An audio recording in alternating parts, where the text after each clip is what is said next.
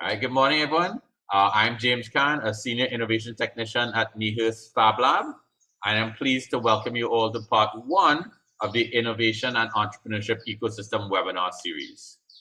So this series is intended to develop awareness of best practices among the members of the ecosystem and build a collaborative framework within this ecosystem.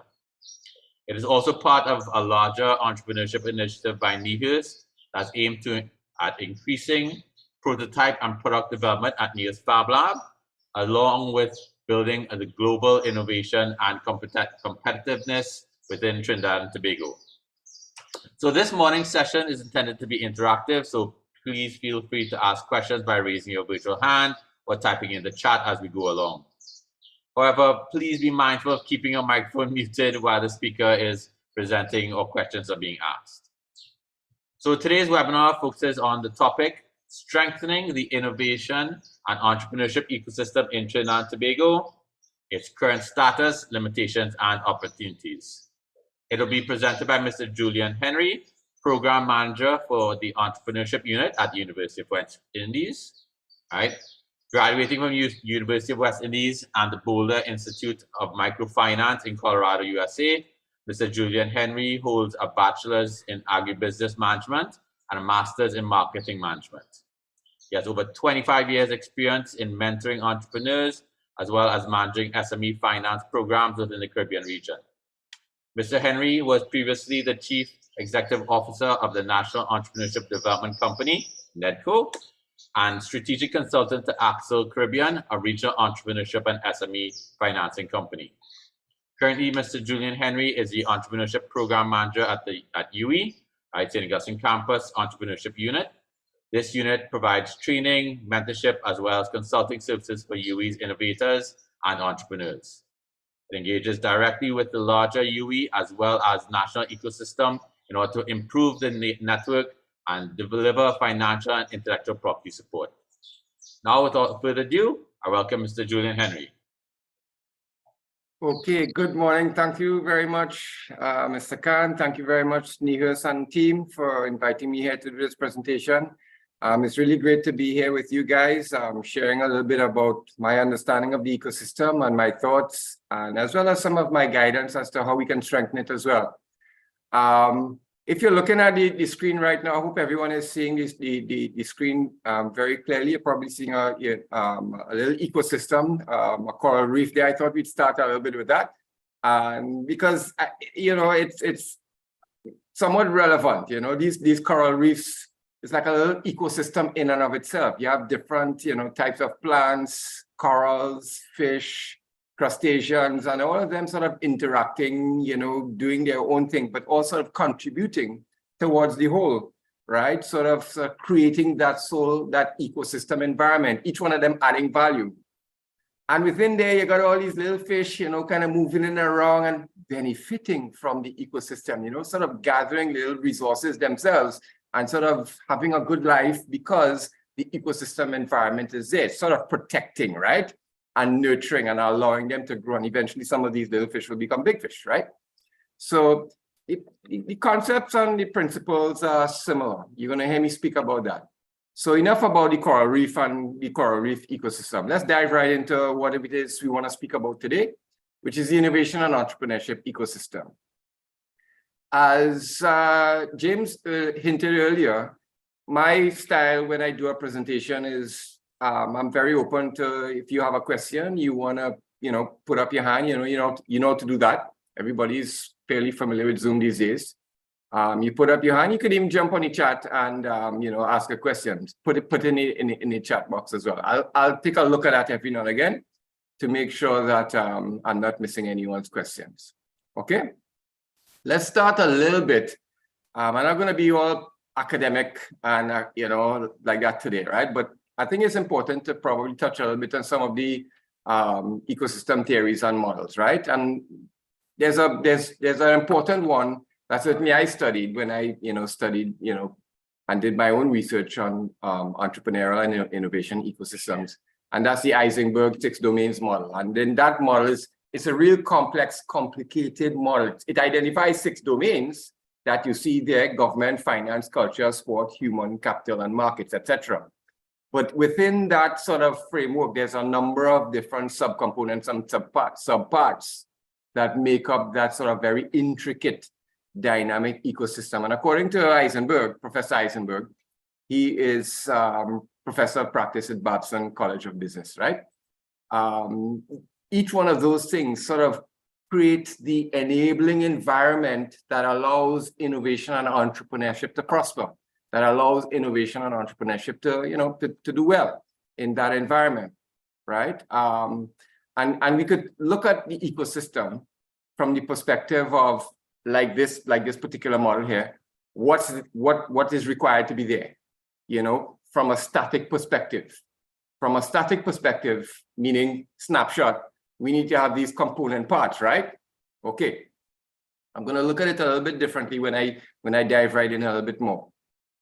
A more simplistic model, some of you may be more familiar with this one, if you've heard of like the innovation and entrepreneurship ecosystem, is that triple helix model. I mean, you hear, persons in forums and maybe in your various, circles, maybe studies, etc., heard of the triple helix system.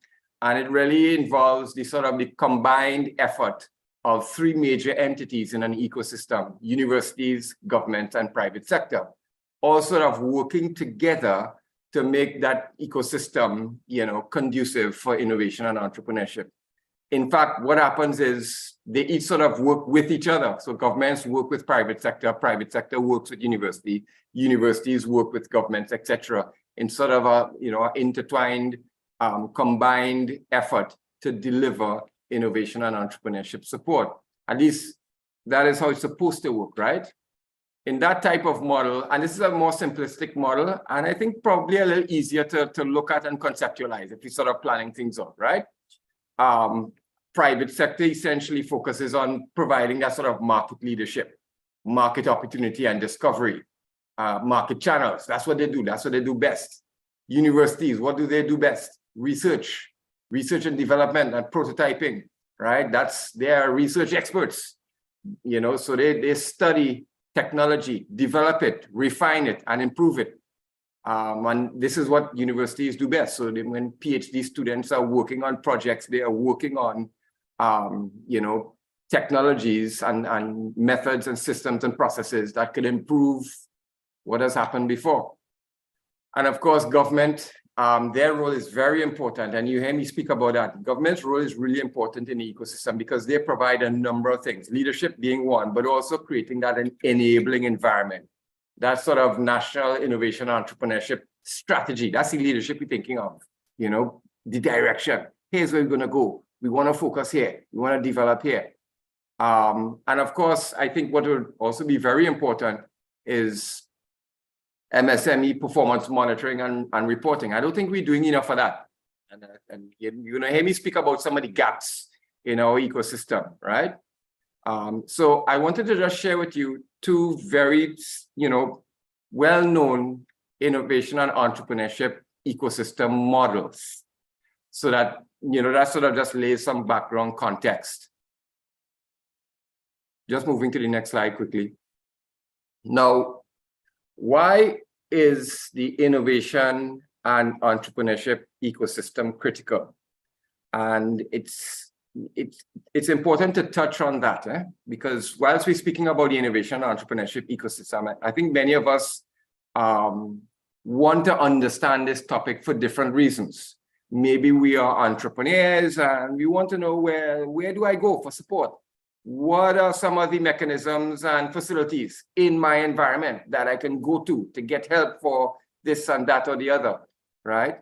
Maybe you're in a position of probably providing leadership, program development for strengthening innovation and entrepreneurship in your environment.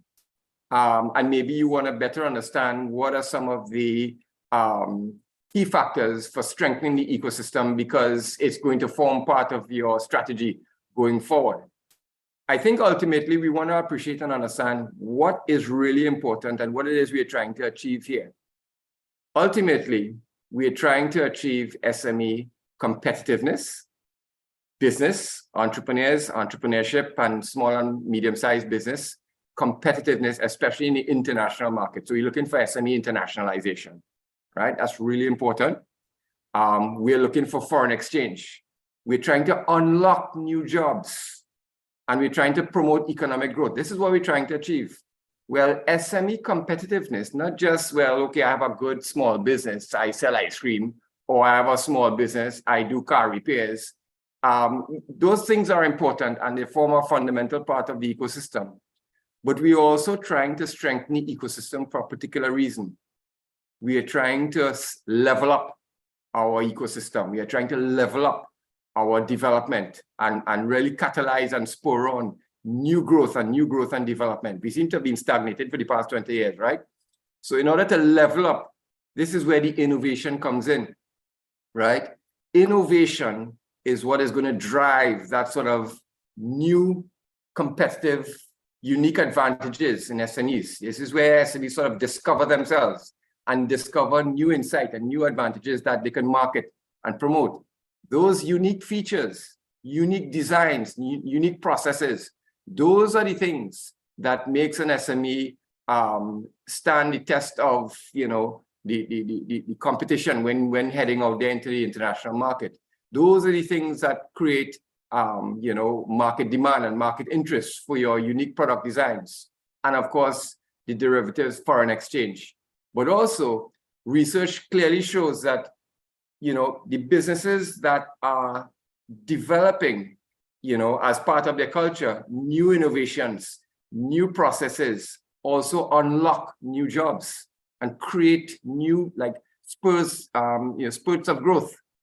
So, you know, the literature is very clear on that. And I think it's very important for us to focus not just on entrepreneurship. And I know this particular forum speaks to innovation and entrepreneurship, right? I want us to really focus on the innovation component, both in this forum and as in our general strategic thinking as a society, as we're trying to promote economic development. Innovation really is the key, okay? It's fundamental criteria for SME competitiveness. And innovation is really driven by that environment, that ecosystem, that conducive ecosystem. You know, SMEs have a real challenge in actually thinking outside of the box, thinking creatively and doing innovative things, innovative new things, developing new innovative products, just doing the research and development without that sort of support network, that capacity to do so. And the ecosystem is what gives the SMEs and entrepreneurs and new startups that capacity to do so. So you're going to hear me focusing on that a lot. Okay, I'm just going to every now and again just take a quick look at the chat just to see if there's anybody asking anything. Nope, not okay, fine. Sometimes people just go in the chat and say hi, good morning, and that's it. And I just want to make sure that that's all we're saying. But if you have a question, I'm going to try to answer it one time.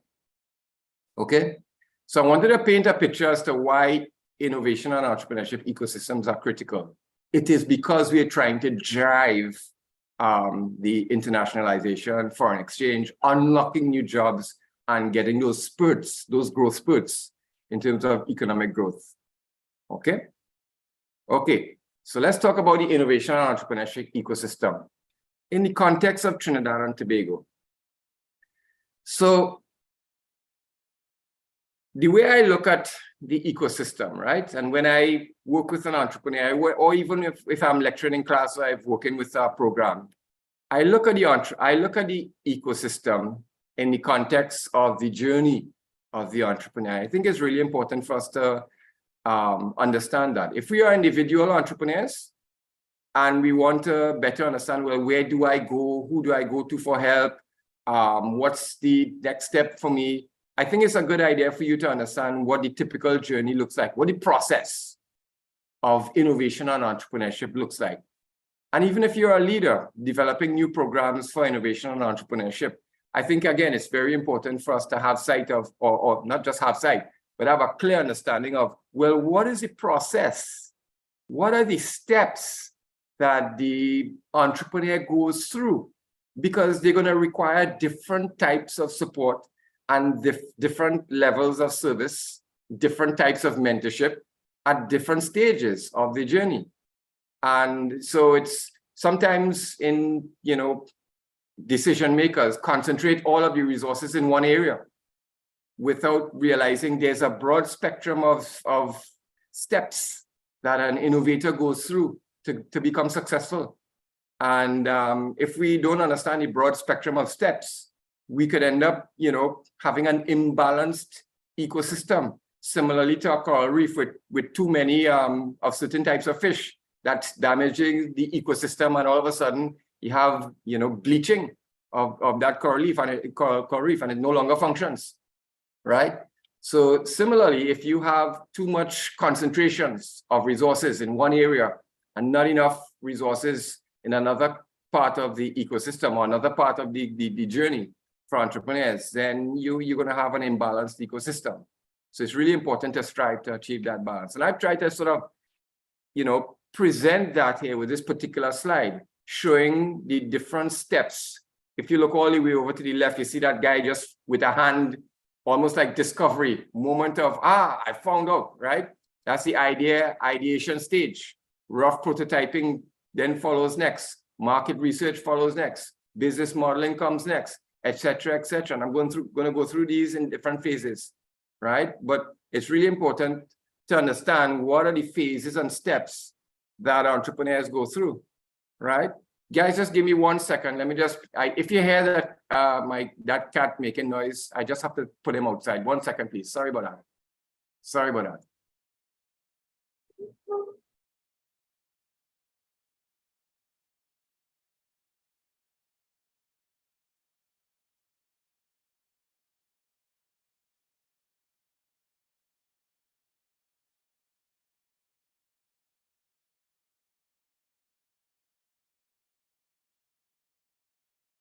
So I'm sorry, that's what happens when you work at home and you have pets in the house. Okay, so I'm back. So let me go back to my screen. Did I stop sharing screen, by the way, guys? Yes. Yes, I did. Okay, I'm coming back. Okay, so here we are.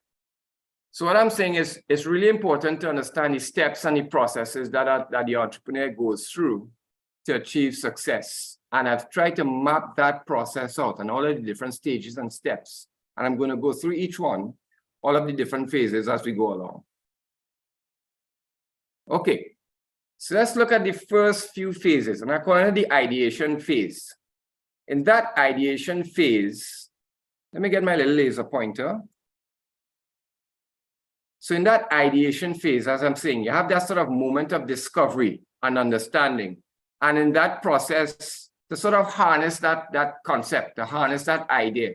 Typically, what the entrepreneur does is what we call a napkin sketch. They go start jotting down and making notes and sort of, doing doodles and diagrams to sort of explain to themselves how this thing is going to work. Now, a lot of us come up with ideas in business and in entrepreneurship. We all have different ideas for different things, whether it is as simplistic as a cake and ice cream business or some sort of, other lifestyle business. But I think what we're trying to establish here is an ecosystem that generates really good ideas. And what I mean by really good ideas, ideas that potentially can be scaled, ideas that can have significant impact, both financially, but also impact in terms of, improving socioeconomic development, ideas that are sustainable. Those types of ideas require, deep connection and understanding to some of the issues, challenges, and opportunities that exist. And many of us sometimes don't fully understand or don't fully tap into some of the issues and challenges and opportunities that can exist. And I think what potentially could be strengthened in our ecosystem is that sort of innovation, ideation culture, right? And what do I mean by that, right? For example, in the workplace, if your employees are not suggesting ways in which the customers can be better served by, improving something here or making an incremental change here or making an incremental change there, then you're not encouraging the right workplace culture within your business.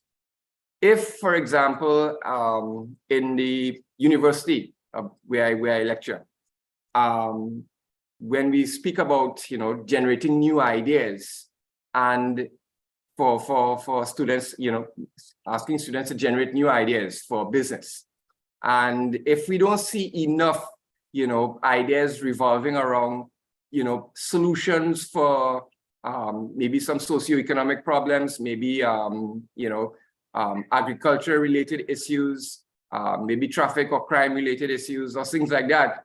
And we typically see the cake, ice cream, simplistic type of businesses. Then I'm not too sure if we're really generating and harnessing the ideas that I think we need to develop that will, spur on that sort of, strengthened innovation and entrepreneurship dynamic that we're trying to achieve. And I think it's probably stemming from the education system. One, social networks can also strengthen that. The professional networks can also impact that. And I'm saying, where do ideas come from? It comes from these things, how do ideas get generated? Education system, social networks, professional networks, workplace culture, which is what I was hinting upon earlier. How does the environment within the workplace, improve employees' ability to generate ideas? And we might think to ourselves, but isn't that the manager's job? Well, actually, no. Ideas gets generated from all different spectrums within an organization. And sometimes our culture may not allow for that. Our environment, our organizational culture simply may not allow for that, because we have this type of power distance within our workplace. And I've seen it. Just earlier this week and last week, two entrepreneurs were speaking to me, two past students were speaking to me about their jobs that they were working in, and saying that, they really don't feel comfortable in their work environment because there's such a, almost like a scary environment to be open and to communicate and to share ideas. And, the management doesn't sort of encourage and, kind of allow for that sort of open dialogue and sharing of views and sharing of ideas.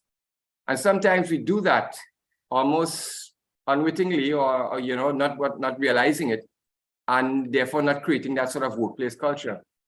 So I'm saying, our culture could be a factor in the ecosystem that is preventing the generation of very, meaningful, business ideas that can really, turn out to be significant opportunities for innovation and entrepreneurship development that could lead to, some significant returns and benefits for the economy. I'm not saying some of the other lifestyle businesses are not important and those ideas aren't important, because there's innovations that are taking place there as well.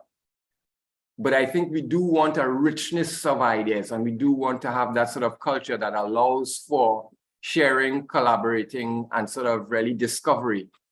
And I was starting with, looking at the education system. What is taught in schools? Do we teach problem solving in schools enough? I know we are teaching entrepreneurship because I've visited the schools.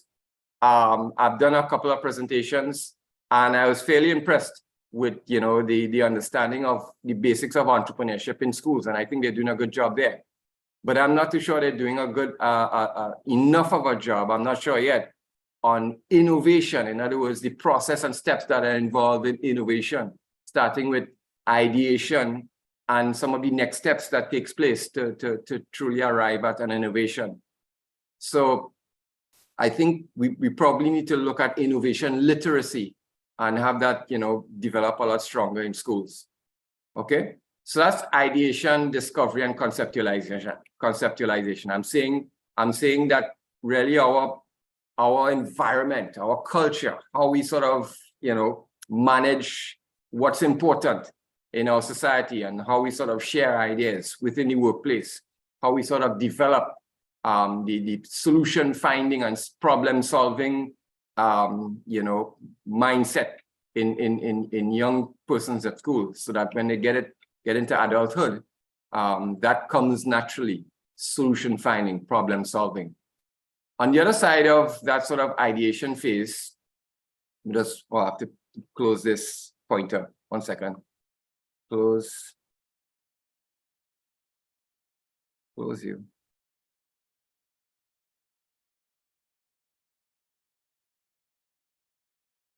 Yeah, that's the problem with using laser pointer. I find on when I'm doing a presentation, to get rid of it, you have to get rid of it to turn to the next slide. So the other side of that ideation phase, and this is a part that's really important, the culture component that I was showing earlier, that component, that's I think we're going to have to look at schools. And I think we're going to have to look at workplaces. Those are my two big areas that I think we have to concentrate on. Getting kids to understand problem solving and solution finding as a mindset. And also in the workplace, getting that sort of lowering that power distance between employee and manager is really important. And creating a more conducive environment for employee engagement. Employee thinking outside the box and trying to find solutions. And I think that's really important to try and develop that culture. It could be an HR issue as well, and I'll come to that in a little bit, right? But the other step of the ideation phase, before we go into the applied research phase, is that sort of market assessment and implementation plan. I'll say what I mean by that, right? When we come up with ideas, and again, I'm bringing us back to the whole innovation and entrepreneurship ecosystem and some of the challenges and issues that we face in strengthening the ecosystem. Ideation is a key part of it, is a key phase, right? At that ideation phase, a big part of it is the early conceptualization, but the other part of it is this a valid idea? Is it an idea that I can take forward? And market assessment, even at a preliminary stage, is probably the next step that entrepreneur would want to then pursue to test to see if this is an idea that can be taken forward. Secondary research, primary research, and then an implementation plan. No idea is something that anyone can take forward, whether to do research, formal research and development, or even invest in it. Unless there's an implementation plan. How does this idea get implemented? So an idea is only a thought that is a nice to have. It becomes something that is practical and doable when there's some research around it and there's an implementation plan. So what's the link in the ecosystem that allows that? Well, I think this, again, it comes down to education. But this could be education in school, but it also can be education at a level where the entrepreneur is an adult developing a new innovative concept and needing to understand how do I progress from there. And I think entrepreneurship training programs are really, really important here that can strengthen a person's capacity to implement an idea. This is where NIHURST, NEDCO, Kariri, UE, UTT, and some of these others programs that do training along these lines are really important. This is a critical step. How do I convert an idea into something that can be implementable? Education and training on how to conduct research and stress test an idea. That's not something that the typical everyday Joe who's thinking of a business idea, does or understands how to do secondary and primary research. The implementation plan. How do I do a business model canvas that sort of provides the structure for implementing that idea? Again, this is not something that the typical everyday, person coming up with a business idea is able to do, unless they are part of an incubator, they are part of an innovation and entrepreneurship training program, and they are showing them and training them how to do these things. So I think a real important step and a really important component of the ecosystem are all of those programs that does that. Innovation and entrepreneurship training that shows how do I ideate, but how do I establish innovative concept that can be commercialized, that is implementable, that is practical and doable. And this is where those two important steps that I just highlighted, the market assessment and the implementation planning, comes in. That business model canvas is really, really critical at that part, as that part of the training, because what that business model canvas shows, that training does, it shows that entrepreneur or that ideator how that idea can be implemented and what are the practical steps and conditions and strategies that will allow that idea to go forward. And that's a critical step, without which there's no going forward. And that, again, this is where the training and the incubations, this is where that comes in. So all of the programs that currently exist in the ecosystem, the NEDCOs, the Kariris, the UWIs, the NEHRSs, Lockjacks, there's Nudge right now doing this thing as well. And even individual mentors doing this thing. Those are the key components of the ecosystem that are doing that. What are the gaps in the ideation, at the ideation phase of the ecosystem? Well, again, I'm thinking education in schools. Based on my, my own sort of experience and engagement with some of the schools, I'm seeing entrepreneurship, but I'm not seeing enough of the innovation component part of the entrepreneurship. And that's really a critical part. This is what we're trying to achieve. This is what and societies develop an ecosystem for. Yes, to produce startups, but to produce innovative startups and innovation that allow SMEs, startups and SMEs, to internationalize and have competitive strength internationally. And this is where the innovation process and the practical problem solving comes in. Organizational culture, power distance, could be affecting employee engagement and customer orientation. If employees aren't focused on the customer and solving problems, it's going to affect the organization's capacity to innovate, because information won't be coming forward. And as much as managers and CEOs would love to pat themselves on the back and think they can do it all, they can't. It does require the persons who are on the front line to really identify potential issues. And I'll also add to that foreign influence. I think we're not attracting, well, certainly right now with our crime-ridden country, we're not really attracting that sort of diverse foreign investment interest into our country. And foreign influence sort of, raises the scope and establishes new opportunities and a new vision for what the potential and possibilities are in potential markets and businesses. And sometimes when we see something happening in a different part of the world, it inspires opportunity and inspires, creative and innovative thinking here. So we do have to be constantly exposed. We do have to constantly have that influx of diverse foreign investment into our economy, and without which we're really going to be limiting ourselves. So in terms of the ideation, getting inspiration and getting insight for what the opportunities are, doing more to attract foreign influence, setting up businesses, or just, traveling more, and then bringing that information back home is really, really important. I think we travel a lot, but I don't think we're doing enough to attract, foreign investment. And that's a big discussion, because I think it's related to the Trinidad brand in terms of the crime, and those things are really not helping. Okay, but that's the ideation level. At the next phase, so if you recall, I kind of showed the different stages and steps that an entrepreneur will go through, starting with ideation. But the next phase after the ideation would be applied research, developing your prototype, refining your concept into something that is marketable, that you can implement. And in our environment, we do have strengths in this particular area in terms of facilities and resources.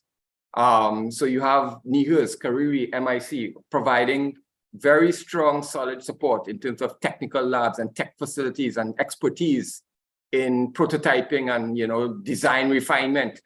In various fields. That's what they do. You have the universities, UE, UTT. You have CoStat, you have Lockjack, all providing, especially the UE and UTT, very much focused on the sciences in addition to the others, right? And technology research. Within the UE right now, there's a number of projects right now that highly, involve a high degree of technology that research has been done or currently being done on, and they're also doing a lot of patenting on that as well, right? I think in our ecosystem, private sector does play a major role here in terms of providing market assessment and identifying, opportunities and design gaps in terms of, products and technology that are available. We do have strong legal infrastructure in Trinidad and Tobago. We also have the patent office that provides intellectual property support. At the very top there, where you see grant funding and NGOs, that's available. That's available in sort of measured amounts, and there's usually conditionalities for that. And possibly that is one area where there's some weakness. All in all, in my sort of assessment of the research and development phase, I think we do have strengths, but here's where our gaps are. One of the biggest gaps that we have in the research and development phase is the collaborations. And that's where the university and private sector engagement with each other and collaboration on research, specific research designed to strengthen the capacity and competitiveness of businesses, whether it is in the energy sector, medicine, whether it is in agriculture, agribusiness, sport, tourism, or whatever particular area. But I think there needs to be stronger relationships and proactive partnerships on collaborative research. Another big area that I think we're very weak on in Trinidad and Tobago is research and development spending. Trinidad and Tobago typically spends 0.06% of its GDP on research and development, which is really, really low compared to other countries. And I'm not even always talking advanced countries, right? But just for example, Israel, for example, is 4.9% of their GDP. South Korea, 7.3%. We usually compare ourselves to Singapore. I don't have this up here, but Singapore, I believe, is about 1.92% of their GDP spent on research and development. Now, those percentages may seem small, but those are significant amounts. And I don't think for Trinidad and Tobago, where we are right now, really focused on finding the next big industry or the next big cluster of businesses that we can become competitive on. That does require a proactive, concerted effort in research and development, and designing and developing new value that we can offer to the world. And I don't think we're spending enough on that by a long shot. And I do have some potential explanations and reasons why that could be, but I'll get to that. Grant funding availability, there is some grant funding, but I think the amounts are very small, and there's usually very stringent eligibility criteria that is, makes it a little bit of a limitation for most entrepreneurs or most innovators trying to tap into that. So there is some grant funding available. Government of Trinidad and Tobago does provide grant funding through Ministry of Trade. I think they come through Export TT in terms of managing their grant funding programs. There are a couple of good ones, but I don't know if it's enough in terms of really catalyzing the kind of change that we're looking at. Again, innovation culture in firms. Again, research and development has to start with the desire to improve incrementally products and services, the strong desire to be competitive, and the strong desire to internationalize and to compete internationally. Those things are going to drive that sort of innovation culture. It does start with the leadership. It does start with the leadership in firms, focusing on innovativeness and having that entrepreneurial mindset. And I think if you look at point 5, you see ease of doing businesses challenges in Trinidad and Tobago. That's a big issue, and I think that could be affecting the innovation culture in firms as well. My own interviews and discussions with entrepreneurs and business owners and a couple of business leaders, they are so swamped with battling the everyday challenges of doing business in our country, that they are in survival mode. They don't have time for innovation. They don't have time for research and development. Their minds are not there. Their minds are, how do I survive this week? How do I survive next week? And so they are in that survival mode. And so they are not in that sort of proactive, visionary, entrepreneurially and thinking and innovative thinking mode. And if we don't do something about creating that environment that allows leaders of business to sort of focus on the next vision that they'd like to achieve, then I think we're going to be in trouble. And what are some of the ease of doing business challenges? Well, just government services alone, trying to get things done, whether it is, doing taxes, filing your returns, registering a new company, going on the port and trying to, get, product or inventory through the port. That could be a challenge. And I think it could be the interoperability of government services are lacking there. Each department and ministry is operating almost on their own in a silo. So data is not transferable. You're almost like starting over when you move from one entity to another. Crime is a huge issue. Well, congratulations, Trinidad and Tobago. We now ranked 6th in the world on crime, and who knows, we may be climbing. And that's a big issue. It's affecting, I think, the way businesses in Trinidad and Tobago think, and where their focus and priorities are. And their focus and priority most likely are going to be in survival and paying for security, rather than the sort of innovative, creative thinking that creates new value and new products and services. Banking could be another area. I mean, I don't want to dwell too much on that, but I personally have found it a big challenge just to get certain things in place at the bank. If I'm registering a business or changing board directors, it's a real process. It's a real process. And for younger entrepreneurs trying to register a business and establish a banking account for business, those can be challenges as well. So those are some of the gaps, I think, in the research and development phase that are, limiting and causing firms and entrepreneurs to sort of not focus on the research and development, not spend and not give priority to research and development. I think the conducive environment is just not there as yet. And that's a big gap that we need to address, I think. Okay, moving on, kind of conscious of time. I'm going to try and pick up speed. At the business launch phase, that phase really encompasses the refined business planning. You're moving from a business model canvas into a refined business plan, almost like an investment plan, investment ready plan. That requires strategic thinking and mentors.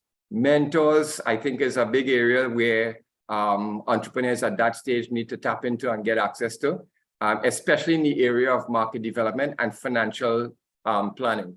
Financial planning is probably the #1 area where entrepreneurs struggle, especially just at the point when they're getting ready to launch their business, and even at post-launch.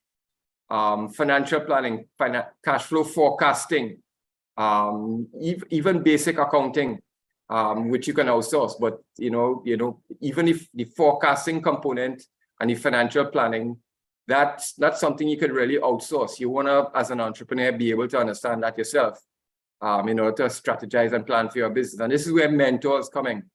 And I think we do have some mentors, but I think we do need to strengthen that area, make mentors more visible, and align mentors to programs, specific programs, Kickstarter programs, incubators and accelerators that can give access to entrepreneurs to that type of support. Investment at that stage is really a huge challenge for startups. I've put investment under investment, angel investors and risk capital financing as the two big areas that are really lacking. Typically, that's not a problem that's unique to Trinidad and Tobago. That's everywhere on the planet. At the startup stage or the business launch stage, 80% of entrepreneurs use their own funds to get started. But it would help if we had, I think, more Kickstarter programs that position mentors and help entrepreneurs tap into expertise as they did their business planning and financial planning. So Kickstarter programs, to me, is a big area that needs to be strengthened. We do have the Upreneur Plus Accelerator that I'm happy to be part of. So that's in partnership between UE, UE Ventures and UTC, Unit Trust Corporation, and we've established a business accelerator program that's right now getting into the pitch round. And we've provided some mentorship and training, and of course, financing is the next step for that. At the launch phase, I think incorporation advice and equity shareholding advice, again, that sort of ties into the mentorship and guidance. It's just different types of mentorship. There's financial planning, marketing planning, legal and incorporation planning, all of those things. And for entrepreneurs who are very technical in terms of their understanding of the technology, they're not so, the areas of financial planning and incorporation and equity shareholding, that's not their forte, you know. So for them to be successful, they really do need the support. So Kickstarter programs and accelerators and incubators, those things are really important. We have one or two, as I say, in Trinidad and Tobago, but what is stopping us from having 9, 10, 12, 13, 14 Kickstarter and business accelerator programs? I think the more the merrier. We need those programs because we have a lot of young entrepreneurs trying to get their business up and running, and they need a place in which they, you know, there's a sort of a safe, secure space where they can think, develop, get mentorship, and develop their business. It's difficult for them to do that on their own, especially if our ecosystem is not fully calibrated just yet. So they need almost like a micro ecosystem, and that's what accelerators does. So GAPS at the business launch phase is really the expert planning advice, mentorship, network. And again, this comes back to the Kickstarter and accelerator programs. I believe we need more of those. Flexible financing is really key.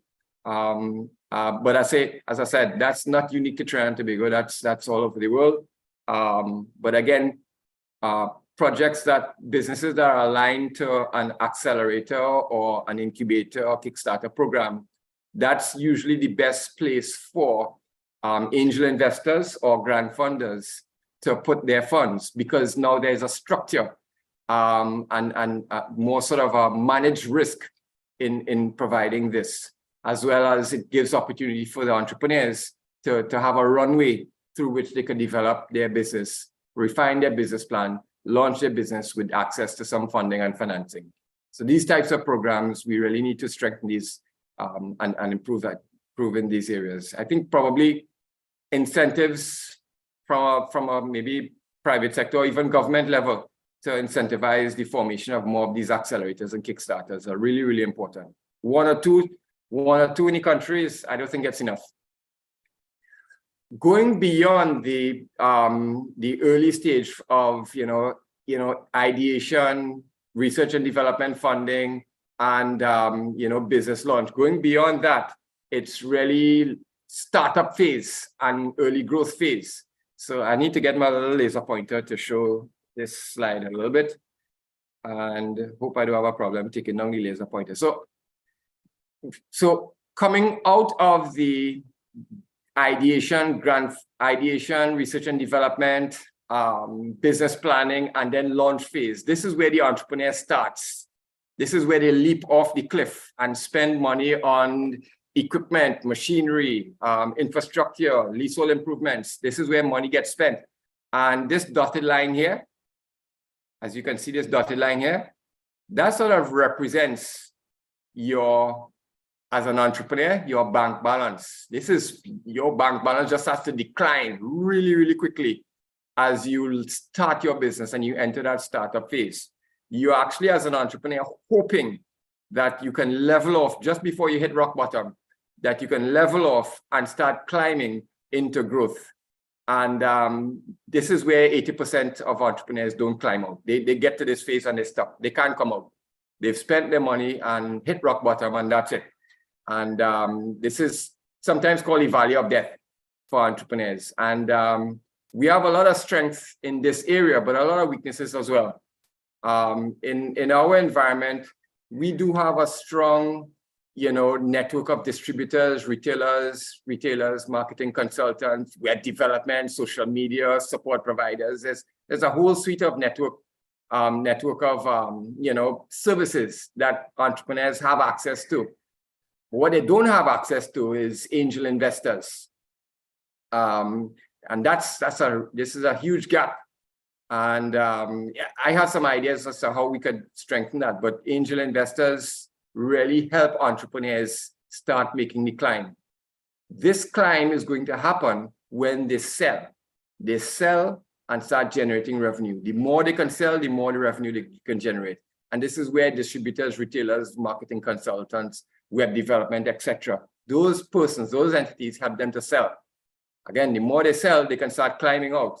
But more often than not, they will also need some sort of, investment capital, not necessarily debt capital. No finance company wants to finance a business at this stage when they, leaped off the cliff. Finance companies, banks typically stay away from entrepreneurs at this stage, right? So this is where angel investors come in. Again, alignment to Kickstarters and accelerator programs is the best way to strengthen this area. Once entrepreneurs start showing growth, and then of course everyone loves them. They are now everyone's friend, and they now have access to, investors consider them more seriously, banks consider them more seriously. There's some collateral that they can probably use. They're showing financial growth, financial performance, and now they're in a position where they can tap into some of the opportunities and, funding channels that are available to them. But even at that stage, I think scaling up in terms of strategy could be an issue for a lot of entrepreneurs. And I think there's probably some gaps in helping strengthen the export channels. I know we do trade missions a lot, Export TT and their team do a lot of work on that. I think more specific and refined channels for specific business sectors could be, strengthened. Also some mentorship. Many of the entrepreneurs that I think I've come across with at the early growth stage still require a lot of guidance, strategic planning, and mentorship to help them to continue the growth. Because they're still at a very vulnerable and volatile stage at that stage. And of course, more non-debt capital. Entrepreneurs at this stage can access debt financing. Banks, consider entrepreneurs to be less risky at this stage. But I think there's greater need for some non-debt financial capital here. So just to sort of close down the laser pointer and move to the next slide. So some of the gaps are the startup phase. So I've noticed I've differentiated between the launch and startup phase. Entrepreneurs can stay in a startup phase for a year, possibly 2 or even 3 years, because they're still in that sort of valley of death where they're trying to now climb. Again, some of the gaps in that area, in what I see, is startup capital, including angel and equity investors, mentorship and industry expertise. And we are limited by small markets. So, tapping into foreign markets is really a key strategy. My thing is, I think some entrepreneurs try to go into foreign markets too early before they have really refined their business model and refined their competitive advantage. They get out there into the foreign markets and they find themselves struggling and they sell 1 or 2 items and aren't able to keep it sustainable. So I think a lot of mentorship and expert advice in conjunction with some capital, non-debt capital, again, alignment to accelerators, Kickstarters, and business incubators. I think we need more of those types of programs. So just to kind of pull together some of the key areas that I think we can strengthen in terms of the different phases. So if you look at the very top, I've put phase 1, phase 2, phase 3 going right across the screen there. Phase 1, ideation, then R&D, then launch, then startup, then early growth and expansion. And from what I can tell, the ideation stage, innovation, education, solution culture, development, organizational culture within SMEs and foreign influence would be really important for strengthening that phase. At the R&D phase, R&D spending and collaborations that can drive spending, I think would be really important. And of course, at the startup phase, that startup launch into startup, Kickstarters, accelerators, underpinned by mentors and angel investors would be really, really critical in those phases. Okay. For me, if I had to single out one area within the ecosystem that I think would be pivotal, it would be the research and development activity. The level of R&D activity, I think we do need to strengthen, and it's collaborations I think that can help strengthen that. Collaborations between university and private sector driven strategies, focusing on what are some of the new technologies and innovations that they would like to see developed, but they don't have the capacity to do research and development because of the expertise, but they can mobilize funding if they understood or they had access to the technology development expertise. So I think greater collaborations there and strategic collaborations could help in that area. In terms of the overall ecosystem and how do we achieve results in improving our ecosystem, I think focusing on innovation is really the key.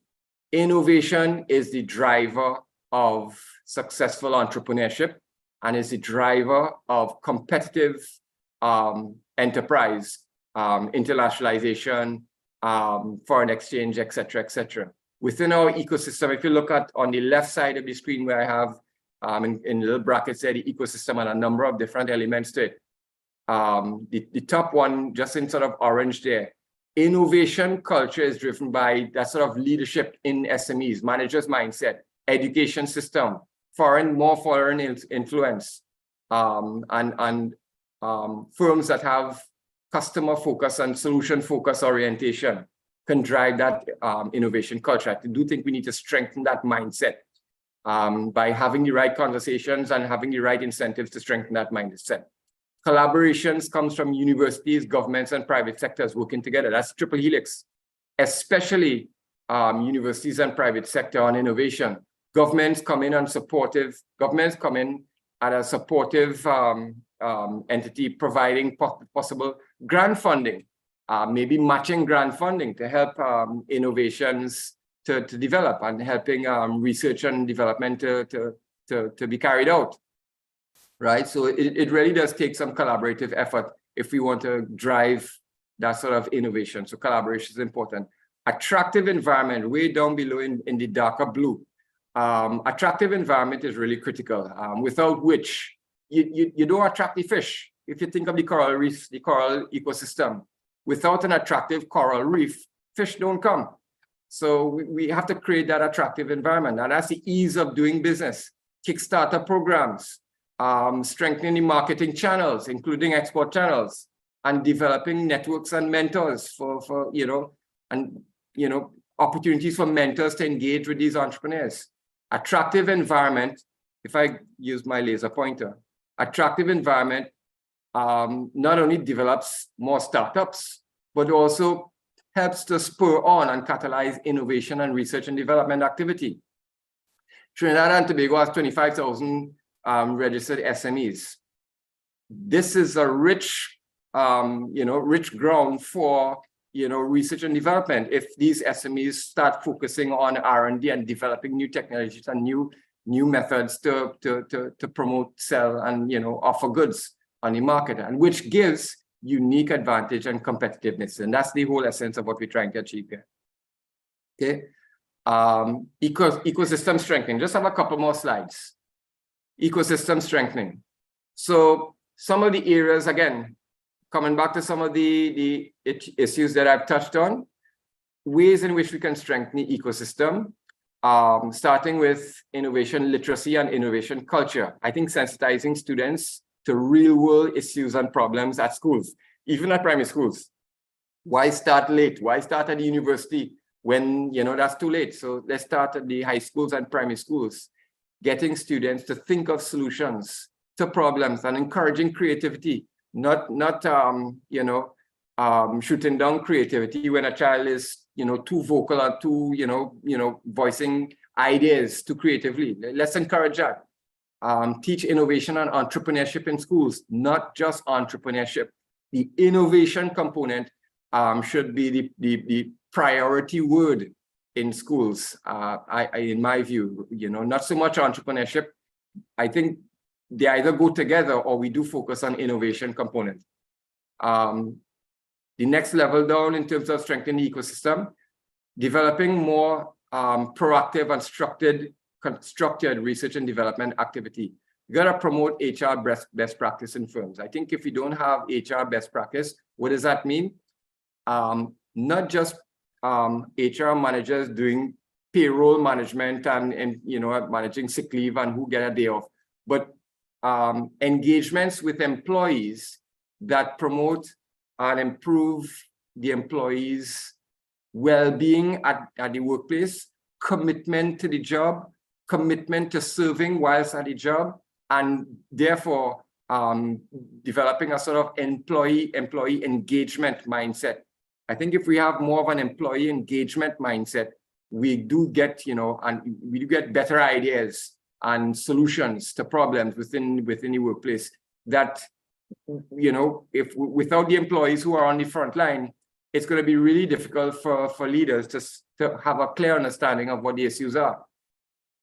I think we have to have fiscal measures and incentives to boost R&D spending, possibly, tax incentives or grant funding programs to help greater collaborations between firms and universities that could strengthen research and development, because we want to encourage more joint research. And down just at the bottom, they're creating that attractive environment. Support business accelerators and Kickstarter programs. We do need to strengthen those, create stronger ties with the diaspora network. The diaspora really do play a big role in providing potential angel funding and angel grant funding. They have an interest, but they also are very conscientious of the quality of projects and the quality of proposals. And they will not invest in proposals that are not properly conceptualized and developed. So we do need to, again, this is where the Kickstarter and the accelerator programs can help create stronger programs and greater alignment between persons who wish to grant fund and projects that wish to come forward. Create an attractive environment for foreign investors that creates the influx of new ideas. And number 4 on that particular list, reduce crime. I think that's a really, really big issue, without which we don't get that sort of, attractiveness in terms of the environment. Even local entrepreneurs are very hesitant to grow and demonstrate how well they are prospering, because it's that could be a risk, and that's not good. What are the roles for the various entities? So now that I've spoken about some of the areas that I think we need to improve, just sort of looking at the triple helix again, there's still, 3 hexagons in the middle here, just, represents the triple helix. Let me get my laser pointer again. So let's start over on the left, private sector. I think collaboration with universities, proactive collaborations, reach out to universities. Again, universities reach out to, private sector to collaborate on research and development. I think private sector does need to work on building internal organizational culture. I think we don't have that in very strong measure in our workplaces. Provide market leadership. Private sector does that. And engage in more mentorship and handholding of early stage entrepreneurs. I put a little asterisk next to that because, when I had that conversation with a, private sector leader, person would say, well, why should we do that? And he's probably right. Why should a mentor, why should a private sector person provide mentorship to an early stage startup who may or may not, be a competitor? But I think it's important to sort of, encourage the development of younger entrepreneurs, because that bodes well for the overall environment and helps to create that more of a sort of rich, attractive environment. At the university level, share research and development expertise, support private sector innovation research, and of course, the university can provide mentorship services as well. Overall, the level of the government really does have a big role to play in Trinidad and Tobago in terms of providing innovation leadership. I think the conversation needs to be more on innovation and innovative development and innovation in firms and innovation literacy in schools. And what's the latest innovation coming out of Trinidad and Tobago? How many patents have we registered? How many new startups, innovative startups have we launched this year? That sort of leadership along those lines are really, really important. Fiscal measures to encourage R&D. Again, innovation in schools, education in schools, attractive investment environment, address the ease of doing business. Small businesses, firms, SMEs. Every time I speak to them, one of the biggest things they talk about is really hard to do business in Trinidad and Tobago. It's really hard. And some of them leave Trinidad and Tobago and go to other parts of the world. I know a couple. They simply just migrated to Canada simply because they wanted to do business and it was much easier for them to do so there. and also address the crime situation. That's really some of the big areas that I think, you know, the government does play a big role in those areas. Lastly, I know I'm a little bit over time. In terms of the digital ecosystem, that's another layer of the ecosystem that I think we want to pay attention to. And within the Triple Helix, there's roles there again. Private sector, online payment solution from banks. I think we really do need to strengthen that, develop online payment solutions and create, you know, a stronger network of shopping and e-commerce opportunities, and regional integration in terms of those features, online payment solutions and shopping. You know, the technology is available. Why can't we have that now sort of working within the region? Universities really focusing on online education and providing access to research and research publications. You know, some of the research that aren't copyrighted and patented or can be made available, you know, should be accessible so that, you know, firms can access the latest research and, you know, be guided in terms of developing their own technology and innovations. And of course, governments can play a big role in providing strengthening and refining its existing digitization of services. We know that we have the TT BizLink and TT Connect. I use it, and I have to say it's a bit of a process and a rigmarole and a few steps just to try to register a business. You gotta register for BizLink, and when you get in there, they tell you go register for TT Connect. And before you get to TT Connect, you have to go to the office, get a temporary ID, and then, you know, go and log on with your temporary ID, and by then the TT Connect server is down. It's a real confusion. I think that needs some refinement. It's not a streamlined process by any stretch, right? And I think if we don't do that, you know, a lot of people are having challenges. Interoperability of government services and online data and statistics. I mean, if we really want to think strategically as a country and advance innovation and entrepreneurship, like any entrepreneur or any business leader that I speak to, or if I'm guiding an entrepreneur, what are your targets? What are your targets for new startups this year? What are your targets for new exporters this year? What are your targets for patents and new design patents this year? Do we have any targets for those? Forget targets. Do we have any numbers for those figures in terms of startups, exporters? You know, are the numbers up to date and relevant? Can we get that by sector so that somebody who's thinking of entering the business or entering a particular industry or sector can look at the data and immediately have enough strategic information to think, strategically and chart a course of direction? And I think our statistics and data is lacking. I think we could strengthen that if we have, you know, greater interoperability of services and sharing of data. I think so. We do need to look at that. Lastly, last slide. Within the university, we've established, University West Indies, we established a micro ecosystem that consists of, let me get my pointer so that you can see what I'm pointing at.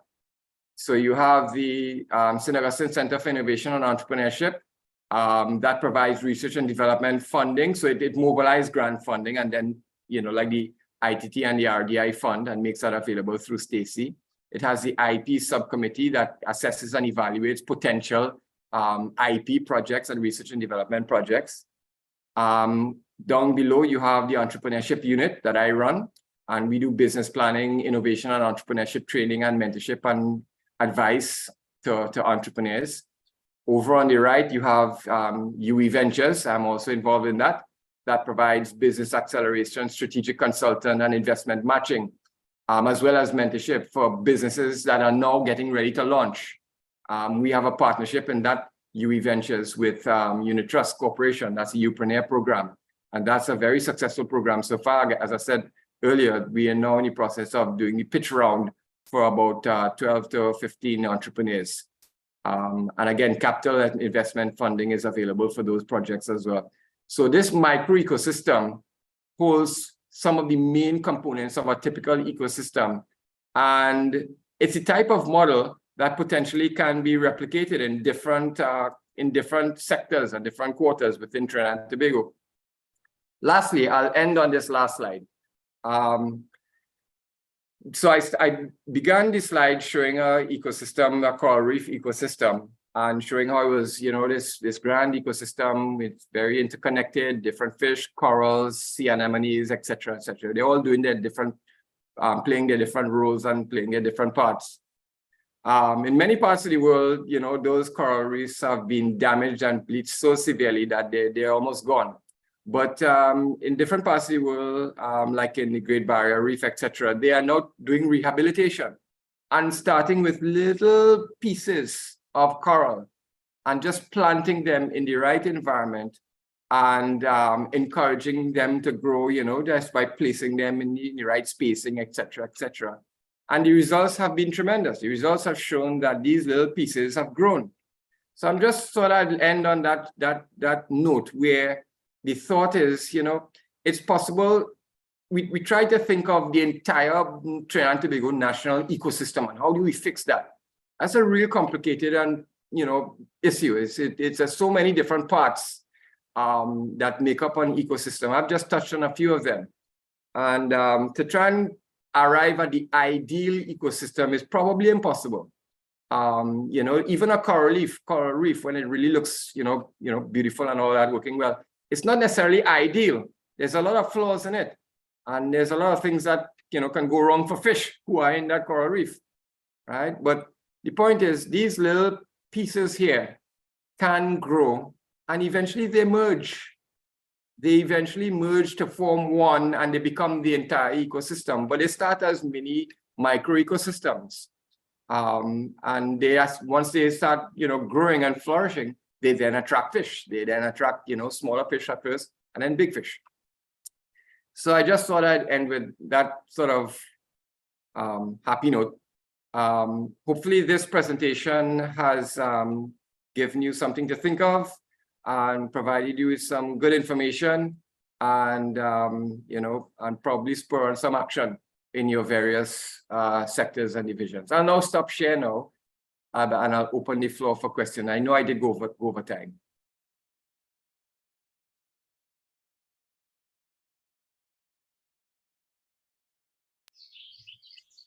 So if anyone wants to ask any questions, you can quickly raise your virtual hand and unmute you. Or if you just want to type it into the chat, you can do that. Again, yeah, we did run a little over, but I think everyone is very interested in these topics. So if anyone has any questions that can be addressed, in a short answer, please feel free to type it in or raise your hand right now. Yeah. Whilst you're doing that, I'm just kind of looking at the chat. So Dulcie, people need to understand that crime is a business. Yes, and providing some income. Yep. Well, crime is, for some people, a business. Type of business is what we want to look at. Just looking to see if we have any questions. Last slide has some highlights. Doesn't have to be born as some schools. Yeah. Donnie Rogers, entrepreneurs. There's a misconception that people have to be born entrepreneurs. I don't subscribe to that at all. Everyone has the potential to learn any skill. Of course, you can have a natural inclination for a skill, more so than others, but everyone has the potential to learn, and you find your level, right? You find how good you can be. So I think it's important to teach it at school. All right. Mark had a question.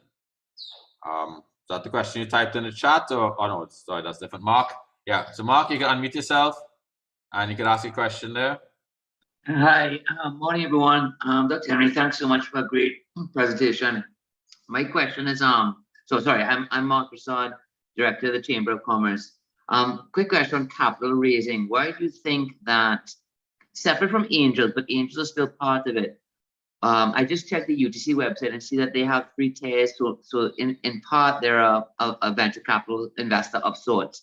But why do you think we don't have more venture capital funds? What is the big blockage for persons to raise a fund? Is it legislative, or is it more that we're not having confidence in the startup community to raise a proper fund that would have, proper guardrails to invest, rather than just angels? Thanks very much. Hi, Mark.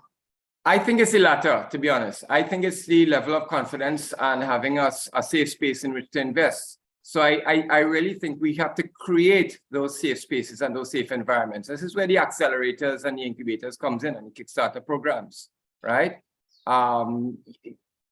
Typically, an investor is not going to invest in a project that doesn't have track record, doesn't have strong credibility in terms of maybe the project developers, in terms of business experience, and it's a new idea.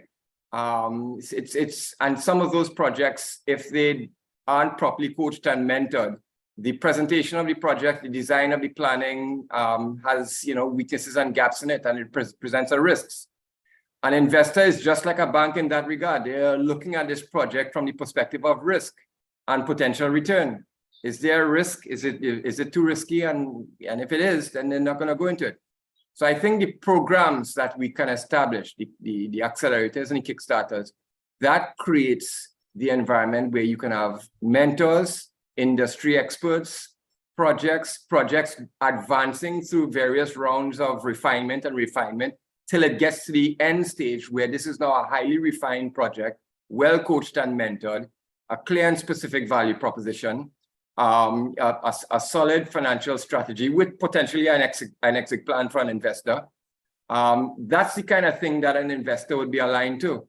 And programs like that can also, partner with potential investors, working, with that program to identify and kickstart projects. So I think we need specific programs that we can create that sort of meeting ground for good projects, solid mentors, investors, and that's where we're going to create that. Randomly, I don't think it happens in our environment. It's not like Silicon Valley. We have to create the programs for it. Okay, I think we have two questions in the chat there. One from Shair Khan. Okay, scrolling down, I see Shair Khan. Is the entrepreneur degree at UE a good option? Also, is it an online degree? So the University of the West Indies doesn't offer an entrepreneurship degree. It has, in the Faculty of Agriculture, they do have an entrepreneurship component. Engineering, same thing. The faculty that I'm involved in, social sciences, they have a management degree, the postgrad level that focuses on marketing, general management, and HR. But all of the degree programs have a very strong entrepreneurship component in it, entrepreneurship and innovation. I think the aspiration is to eventually establish a specific entrepreneurship degree, but that hasn't happened as yet. Right now, entrepreneurship is really part of the various degree programs at the university. There are a couple other ones there in the chat. Okay, so Alberta, does the steps apply similarly to service-based innovations? Absolutely, Alberta. So the part of research and development where you do a lot of sort of technology development, refinement, prototyping, performance testing, that's going to be slightly different if it's a service. If it's a service, you more typically will do a sort of a pilot or a pilot phase of your new service process, having mapped it out. So when I work with entrepreneurs on a service-related innovation, we got to map out the existing process and then map out the change, showing where the efficiency gains were derived from and where the cost savings and the improvements were derived from. And then you got to pilot test that new process map. You could stress test it by having your primary research with key informants. Those are persons who understand the process in the first place. But at some stage, the research and development testing is really piloting and seeing how it performs within a pilot phase. So the research and development component is a little different. The ideation to business modeling, very much the same. The business planning to business launch, very much the same. Okay. And finally, we have a question from Antoinette asking about crowdfunding in Trinidad and Tobago. Right. So, yeah, so I mean, I don't think we have a very sophisticated crowdfunding mechanism in Trinidad and Tobago. At least I could be mistaken, but I haven't seen one. I think that's a good way to go for entrepreneurs within a business accelerator or some sort of a structured program that also has a crowdfunding component to it, because you can raise capital for businesses that allow entrepreneurs to kickstart at an early stage without the risk to investors risking in a project all on their own, right? So, but I haven't seen it. I haven't seen it in Trinidad and Tobago. I think it's a good way to go. If one of the accelerators can add that component to it. But it would mean that you'd have to sort of make available the information on the businesses and the entrepreneurs, so that almost like you have a portfolio of entrepreneurs and innovations and startups that an individual could go in and fund or add to the crowd fund to support particular projects. So there's ways that you can do it, but I just haven't seen very much of it here in Trinidad. Okay, earlier question, Leanthia said, do you have some details on success stories of the ECO system in Trinidad, well, in the Caribbean? Of the ECO system, just refine that for me, please. The ECO system. Leanthia, you wanna type into general chat? Just to clarify the question. EPCO system, ECPO. Hold on, sorry. Oh no, just typing ECO system. I'm not too sure. I think it's the ecosystem. Ecosystem. Oh, okay. All right. Okay. Just ecosystem. Okay. All right. So let me hear the question. Any points about the ecosystem in the Caribbean in general? So any success stories is coming out of the Caribbean about? No, there are lots of success stories. But sometimes there's a lot of these businesses are at a very early stage. We have a couple projects right now within the university that gearing up to be pretty successful. But again, they're the early stage. You have market movers, for example. That's they came through the old I2I system in a few years ago, and established their company, and they are now expanding into the region, and that's a very good success story. I know the entrepreneurs there. They've participated in the Unitrust scale up program, and there are a number of others. But I think we do need to create success stories that have global impact, that really demonstrate the power of innovation leading to employment generation, leading to global competitiveness. So those are some of the success stories that I think we're still trying to find. Much of our entrepreneurs that I've worked with is still very much at the early stage, I think. All right, and I think we'll take this as final question. Mark Shepard asked if you could recommend any business training programs, and he says he's currently at the first level. All right, business training programs. Well, I'm actually running a couple in the next few months within the university. There's one that we're going to do for student entrepreneurs. There's one that I'm going to do next month for Tobago entrepreneurs. The UTC Upreneur program is a great one. Those entrepreneurs, we had about 600 entrepreneurs apply for that program, that Upreneur Plus program. 300 were shortlisted to advance to the training round, and we're now down to, as I say, about 12 to 15 entrepreneurs. But they got extensive training, and we plan to roll over that program again. But the entities that you want to align yourself to in terms of innovation training, obviously NEHUS would be one, Kariri would be another one. And certainly my unit, the entrepreneurship unit, we run training programs for different entities from time to time. Fashion TT, one in collaboration with NEDCO, in collaboration with UTC, et cetera. But those are the entities that I think you'd want to align yourself with, that you can get access to those sort of programs for innovation and entrepreneurship training. Okay. All right. Well, thank you very much, Ms. Henry, for a very engaging and informative presentation. That brings us to the end of our session. But before we go, I just want to ask a quick favor, everyone. If everyone could very quickly take off, turn on the video feed. I just want to take a screenshot of all the participants.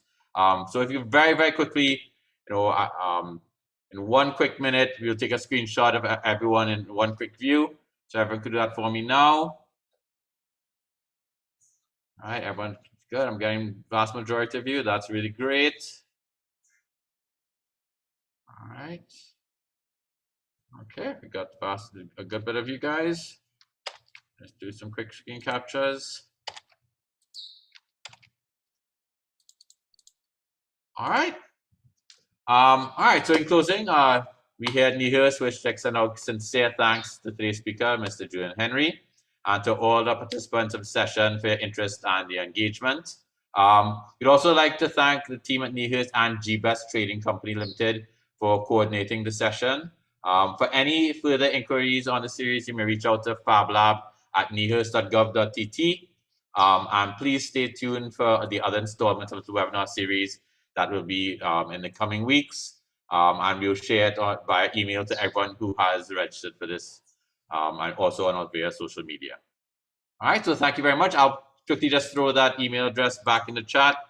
So if you have any follow-up questions you want from us, that is, I'll type it fablab.nehus.gov.tt.